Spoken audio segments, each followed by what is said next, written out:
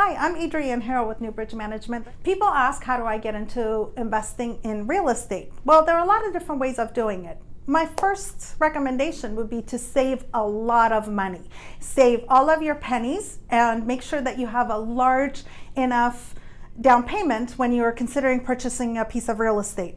Some people get into it by purchasing, some people get into it by inheriting a piece of property. So those are the two different ways. I should have mentioned that in the beginning, but I'm talking to the people that are going to be purchasing property for their investment.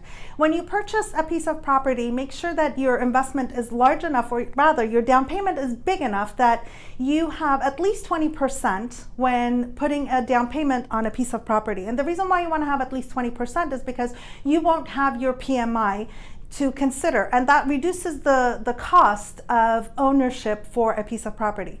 Also consider your risk tolerance. If you're going to have a big enough sum that you can put in as a down payment, consider buying a multifamily unit rather than a single family home. And the reason why I say that is if you purchase a duplex, you might be able to pick it up for about the same price as a single family home. So if a tenant moves into a single family home, you have one income for that property. If that tenant moves out, you now have to make sure that you have enough money saved up in the bank to be able to cover the cost of ownership while the unit is being either turned over or you're looking for your next tenant. Whereas if you have a duplex, a triplex, or a fourplex, you have other incomes that are at least covering the cost of the property, and you're not under as much pressure to have money going out. So you can take your time to find the best next tenant for that piece of property. Make sure that the maintenance cost of the home is also low. A lot of times when new investors are going into a home, they just tend to see something that is a little bit run down, and because it's run down a little bit, therefore the initial cost of getting into the investment is lower.